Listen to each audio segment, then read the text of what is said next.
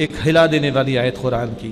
ام حسبتم، کیا تم نے گمان کر لیا، ان تدخلوا الجنہ، تم یوں ہی جنت میں داخل ہو جاؤ گے، ولما یاتکم مثل الذین خلوا من قبلکم، حالانکہ تم پر ابھی وہ حالات نہیں آئے جو تم سے پہلے لوگوں پر گزرے. مستهم البأساء والضراء وزلزلوا، انہیں سختیاں آئیں، تکالیف آئیں اور وہ ہلا دیے گئے.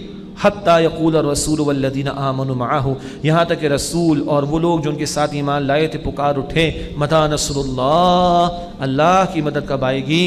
الا ان نصر اللہ قریب، آگاہ ہو جاؤ کہ بے شک اللہ کی مدد قریب ہی آیا چاہتی ہے. اللہ اکبر. رسول کا ایمان کتنا بڑا ہوتا ہے، اللہ گہرا ہوتا ہے.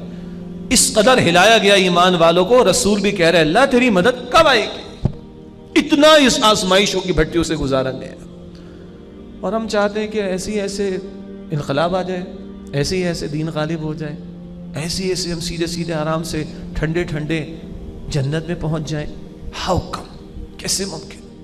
اللہ کے پیغمبر نے فرمایا جنت کو مشقتوں سے گھیرا گیا. اللہ نے جنت سجائی بنا کر جبرائیل کو کہا دیکھ.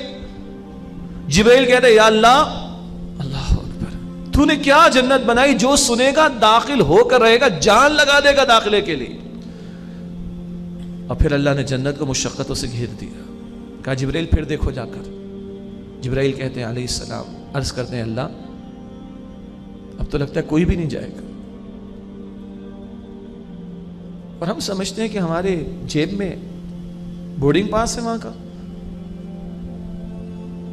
اور یہ اللہ کا کلام کیا کہہ رہے ہیں، سختیاں آئیں، تکالیف آئیں، ہلا دیے گئے. اتنا کہ رسول کہہ رہے ہیں اللہ تیری مدد کب آئی. تب اللہ کہتا ہے کہ اللہ آگاہ ہو جاؤ، اللہ کی مدد قریب آیا چاہتا. آزمائش مانگنی نہیں اللہ سے، بار بار ذکر ہو رہا ہے، آئے گی تیار رہنا ہے. اور آئے تو ربنا افرغ علینا صبرا، اللہ ہم پر صبر کے دہانوں کو کھول دے. پھر دعا کریں گے ربنا ولا تحملنا ما لا طاقت لنا به، اللہ ہم پر وہ بوجھ نہ ڈال جس کی سہارنے کی ہمارے اندر طاقت نہیں. لیکن we have to be prepared for that. جنت مشقتوں سے گھری گئی. الا ان نصر اللہ قریب، آگاہ ہو جاؤ اللہ کی مدد قریب آیا چاہتی ہے. دین کی بات پھیلانا صدقہ جاریہ ہے. ثواب کی نیت سے ویڈیو کو شیئر ضرور کیجیے. جزاک اللہ.